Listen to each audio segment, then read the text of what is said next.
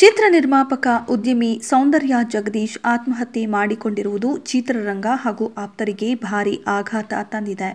ನಟ ದರ್ಶನ್ ಸೇರಿದಂತೆ ಚಿತ್ರರಂಗದಲ್ಲಿ ಹಲವರೊಟ್ಟಿಗೆ ಸೌಂದರ್ಯ ಜಗದೀಶ್ ಉತ್ತಮ ಒಡನಾಟ ಇಟ್ಟುಕೊಂಡಿದ್ರು. ನಿನ್ನೆ ಏಪ್ರಿಲ್ 14ರಂದು ನಿಧನರಾಗಿದ್ದು, ಇಂದು ಚೆನ್ನರಾಯಪಟ್ಟಣ ತಾಲೂಕಿನ ಹಿರಿಸಾವೆಯಲ್ಲಿ ಅಂತ್ಯಕ್ರಿಯೆ ನಡೆಯಲಿದೆ. ಮಹಾಲಕ್ಷ್ಮಿ ಲೇಔಟ್ನಲ್ಲಿರುವ ತಮ್ಮದೇ ನಿವಾಸದಲ್ಲಿ ಸೌಂದರ್ಯ ಜಗದೀಶ್ ನೇಣಿಗೆ ಶರಣಾಗಿದ್ದರು.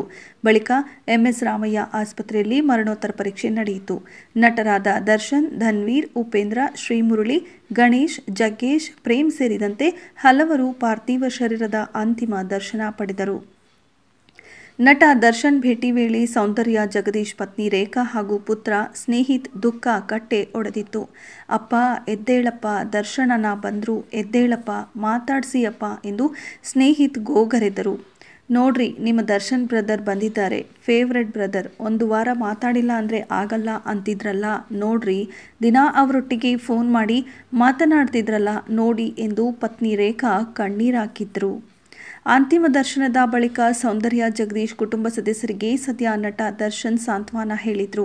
ಇತ್ತೀಚೆಗೆ ಎಡಗೈಗೆ ಸರ್ಜರಿ ಮಾಡಿಸಿಕೊಂಡಿದ್ದ ದರ್ಶನ್ ಕೈ ನೋವಿನ ನಡುವೆಯೂ ಕೂಡ ಪರಮಾಪ್ತರಾಗಿದ್ದ ಸೌಂದರ್ಯ ಜಗದೀಶ್ ಅಂತಿಮ ದರ್ಶನ ಪಡೆದರು.